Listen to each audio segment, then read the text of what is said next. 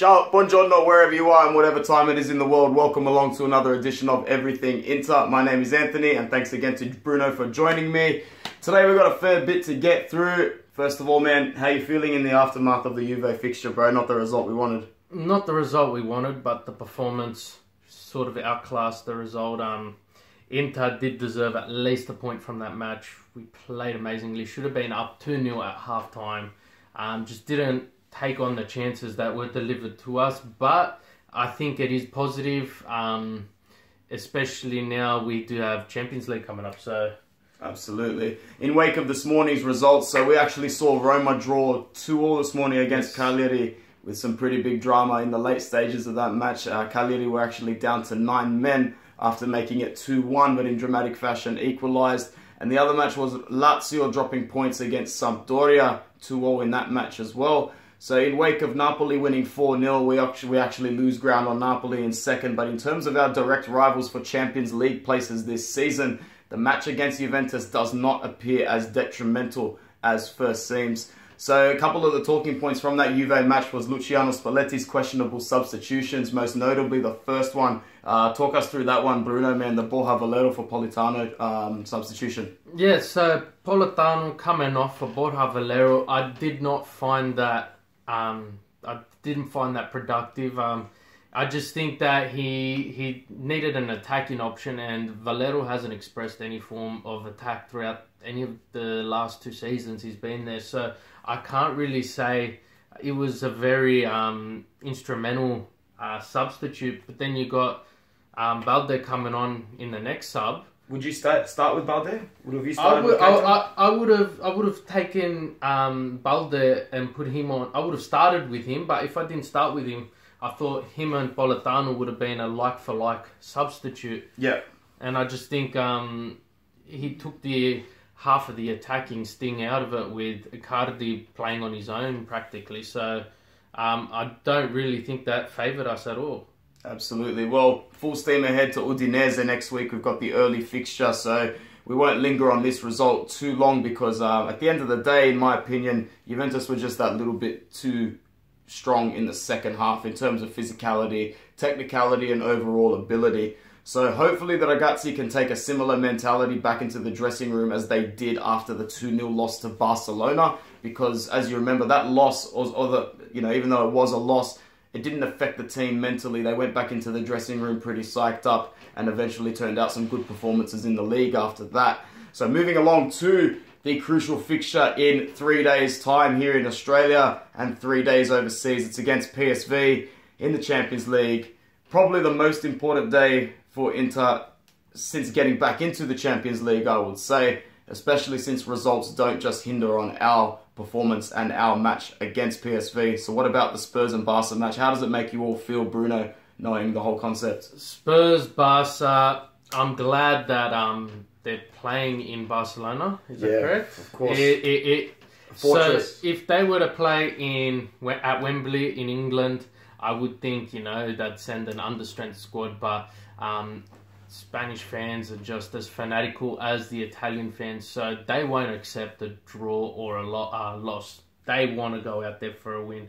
So, and you're playing against Barcelona in Barcelona. I just think they should have it. And as an Inter fan, I want them to absolutely run right over Tottenham, and I want them to actually get the victory because it just makes it a lot easier for us. But I can't see them losing.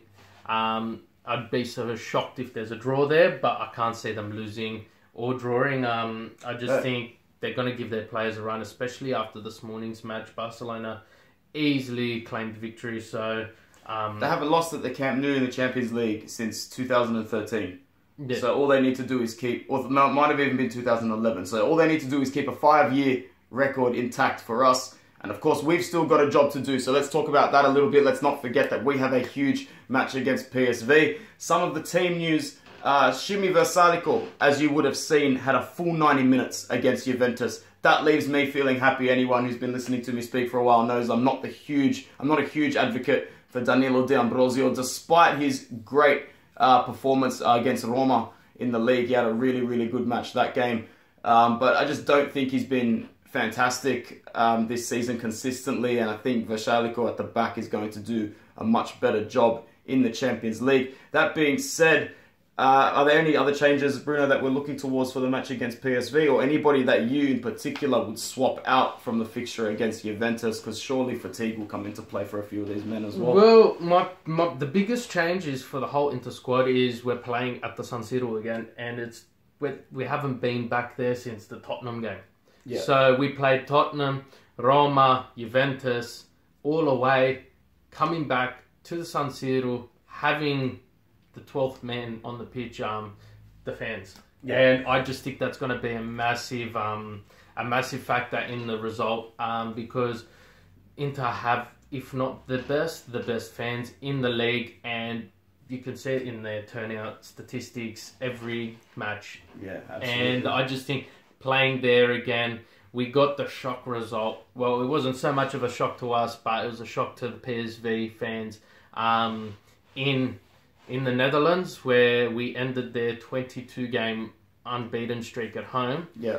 But I do think Perisic will be instrumental. And I just think this match here is where he needs to actually not so much step up and take the lead, but he needs to show his maturity. He needs to show that he's the same player that was in a World Cup final in July. A lot of fans have said they would drop him for this fixture. I wouldn't, only because who are you going to put there?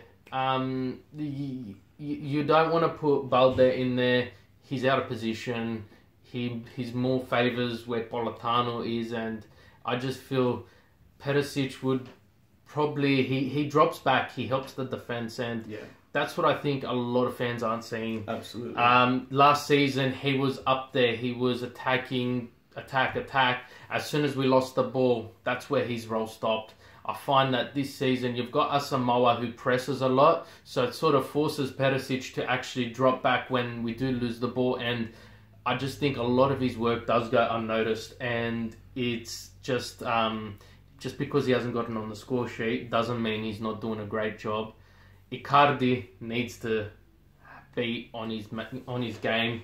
Against Juventus, he set up other players, and the mind plays games when you talk like that, because imagine the ball landed at his feet. And you can only imagine that he would have put at least one of them in. And he would have scored definitely at least the chance that Roberto Gagliardini had, that's for sure. And I just think he'll be in top form. Mario, I think he'll be instrumental in this game if they put him on. Who? João Mario? Yeah. He's not registered for the Champions League, remember. He can't play. Oh, yeah, that's right. Can't play the PSV fixture, so it's going to have to be Vecino in the double pivot. Has to be Vecino, because Nainggolan, we don't know 100% if he's going to be fit yet. Nothing's come out, but I don't know about Nainggolan. I don't know if you're like me, I'd probably sit him out past the new year. Like, why rush him? Why keep rushing Raja Nainggolan back at 60%, 70% fitness, only to have him pulled out at half-time again? It doesn't make sense to me. I think we got Udinese up after PSV. We won't need him there. Well, you'd hope we wouldn't need him there. Then I think we got Napoli, and you just hope that we'd have him there for at least half the match. Yeah, at least. Not to risk him and getting him injured, but have him there for half the match, sub him off, because he's... I don't think Spalletti's tried to sub him on yet though this season. Maybe leave him off for the first 50, 60 minutes and bring him on if we need him. He subbed him on against...